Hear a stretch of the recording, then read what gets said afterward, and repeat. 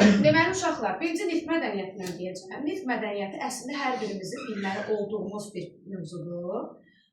Kultura reçdə, belə deyilir məncə.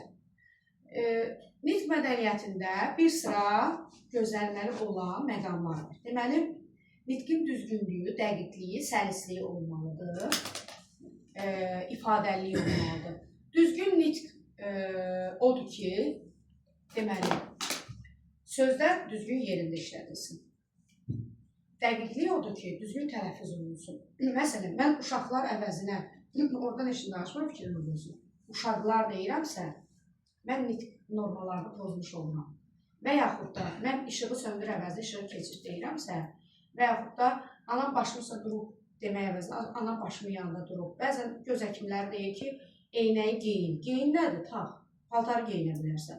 Bax, bunlar nitqin, bax, bu cür danışıq, tələffüz normalarının yerində olmaması, sonra sözlərin yerində işlədilməməsi nitqin düzgünlüyün, dəqiqliyin pozulmasıdır. Səlis nitq odur ki, yəni rabitəli danışırsan, rahat danışırsan, sözlər arasında əlaqə itmir, cümlələrin lazım olan yerdə fasilə verir, auditoriya səni rahat başa düşə bilir, sözlərin aydın anlaşılıdır. Bax, bu səlisdir. Bir də var ifadəlilik. Bu ifadəlilik bizi kimi insanlara xas deyil.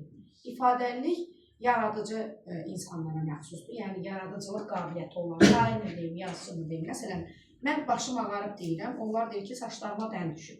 Axı, biz saçlarıma dən düşüb sözünü hər zaman işlədə bilməyik. Bizim ağlımıza gəlmir o cümlə. Yəni, məcazlik də var və məcazlik bura xüsusi bir gözəllik qatır. Bu ifadəlikdir. Bunu ancaq yaradıcı işdə insanlar yəni, həyata keçirə bilirlər.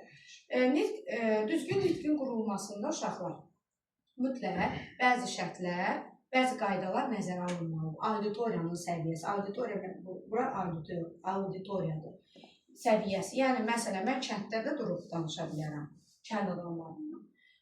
Və yaxud da ki, şagirdlərin qarşısında təbii olaraq eyni cür danışmayacaq. Orada, məsələn, bu cür təbii olaraq, əsaslı olaraq, ümumiyyətlə, beləliklə tipli modal sözlər niyə işlədim, onlar durub baxacaq, nə danışır.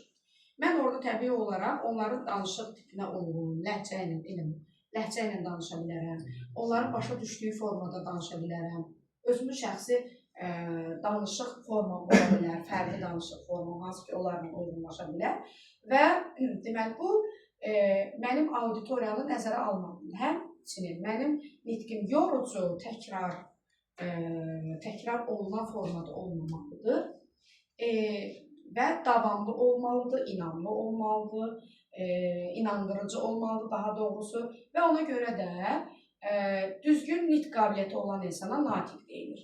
Və bu natiqlik fərqli formada özünü göstərir. Məsələn, mən gözəl şeir deyirəmsə, bu bədii natiqlikdir. Hər hansı bir gözəl bir elmi izah verə bilərəmsə, bu akademik natiqlik ola bilər. Və yaxud da işgüzar natiqlikdə olur ki, bu hər hansı bir deməli, rəhbərin öz işçiləri qarşısında apardığı bir nitqdir. Bu nitqdə mütləq inandırıcılıq olmalıdır. Çünki hər hansı bir işə götürən işçidə özünə qarşı inandırıcılıq yaratmalı. Təbii ki, bu inandırıcılıq hər bir auditoriyada önəmlidir. Məsələn, şagird mənim gözümə baxıb inandırıcılığı görməsə, danışığından inandırıcılığı almasa, o burada oturub məndən öyrənməyə çalışmayacaq. Bu mütləqdir hər bir işdə.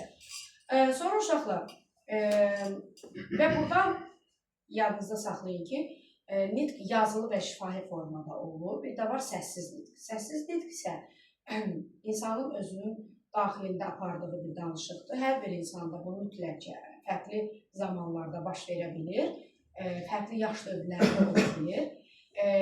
Yəni, özünün daxilində danışığı, özü ilə danışır, hesabat verir özünə və yaxud da kimləsə danışa bilmədiyi formada özü danışır. Özü həmin şəxsi gözün qarşısına gətirir və onunla danışır. Səssiz nitq yaradıcı insanlara aiddir daha çox. Çünki belə deyək, heç danışıq qabiliyyəti olmayan insan səssiz nitqi də qura bilməyəcək. Səssiz nitq daha önəmlidir və mən çox onu eləmişəm. Və adam səssiz nitqdə danışdığı cümlələri, qurduğu cümlələri səsli nitqdə qura bilmir. O qədər güvənli olmur. Onu rahat qura bilmir. O güvən də olmayanda o cümlələr istər-istəməz sənin ağzından çıxmayacaq. O özgüvən olanda daha gözəl cümlələr Elə bil ki, sən yaradırsan və onlar ağzından çıxır. Bir də var şifahi yazılı nitq. Uşaqlar, sual verə bilərsiniz ki, birinci hansı yaranıb? Təbii ki, şifahi nitq. Çünki yazının olmadığı dövrlər olub. Heç vaxt düşünə bilməzsiniz ki, birinci yazı olub. Çünki insanlar arasında rabitəsiz nitq olub. Qırıq-qırıq səslər, sözlər, sonra əlaqəsi olmayan sözlər, sonra isə kiçik-kiçik balaca, yəni cümlələr, sonra isə təbii ki, bu rabitəli bir nitqə çevrilib. İnsanlar buna çox əziyyət çəksə də, yəni belə olur. Sonra isə yazı yaranır. Yazının biz bir sıra mərhələlərini görmüşük. Birinci, deməli, əşyəvi yazıdır. Əşyəvi yazı təbii olaraq əşyalardır. Bu bizim filmlərimizdə də var. Baxın, Bir qalanın sirrində var həmin. Əşyalarla insanlar bir-birinə məlumat çatdırırdılar. Bu çox çətin idi. O məlumatları oradan oxumaq tam olmurdu. Təxmin edirdilər ki, yəni bu filankəs filankəsə belə bir məlumat göndərə bilər. Məsələn, orada qanlı daş göndərmişdilər və mənası o idi ki, Sim, Nar, bir də qanlı daş. Yəni Simnar xan qanlı daş qalasında mətanətə əsir saxlayıb. Ondan çıxardılar, maraqlıdır, yarımçıq bir şeydir, amma çıxarırdılar, məcbur oldular. Əşyəvi yazı təbii ki, çox təbii olan bir şeydir. Bundan insanlar məlumat çatdırmaqdan aciz idilər. Sonra ikinci yazı isə şəkli yazıdır. Şəkli piktografik yazıdır. Yəni şəkillərlə. Bu yazı hal-hazırda da var. Məsələn, siz ət dükanının üzərində qoyun, inək şəkli görsəniz, deməli içəridə odur. Nə görsəniz içəridə odur. Aptekin üzərində dərman görürsənsə, deməli içəridə də odur. Yəni gördüyün şəkil eyni həmin şeyi çatdırır səni. Və yaxud da bərbər salonunun qarşısında görürsən ki, saç kəsimi qoyulub, təbii ki, orada geçən saç kəsiləcək. Bu şəklidir. Şəkillərdə nə görürsən odur. Üçüncü isə fikri. İdeografik yazıdır. İdeografik yazıdır. Bu isə biraz qəlizdir. Bax, bundan suallar çıxarır, diqqətli olun. Sualda düşə bilər bundan. Burada, deməli, uşaqlar, səni gördüyün deyil. Buna mən nümunələr çəkim. Məsələn, yol hərəkəti qaydaları.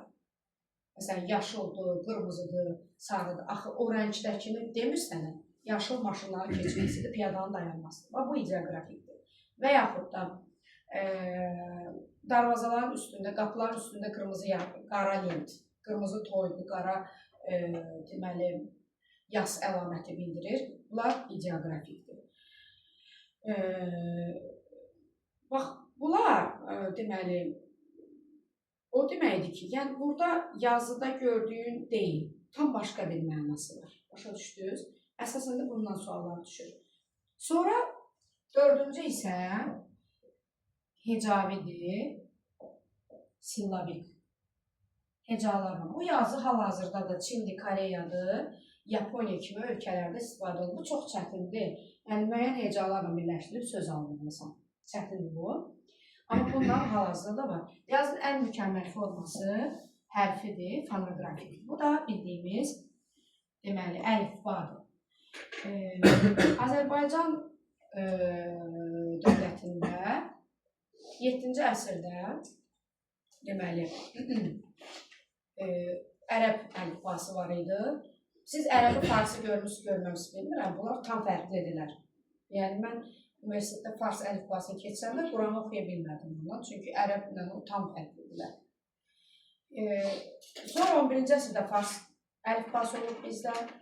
Sonra 1918-20-ci ildə bizdə şey olub, Latin qrafikalı əlifba. Sonra bizim əlifbamızı bir sıra insana demək,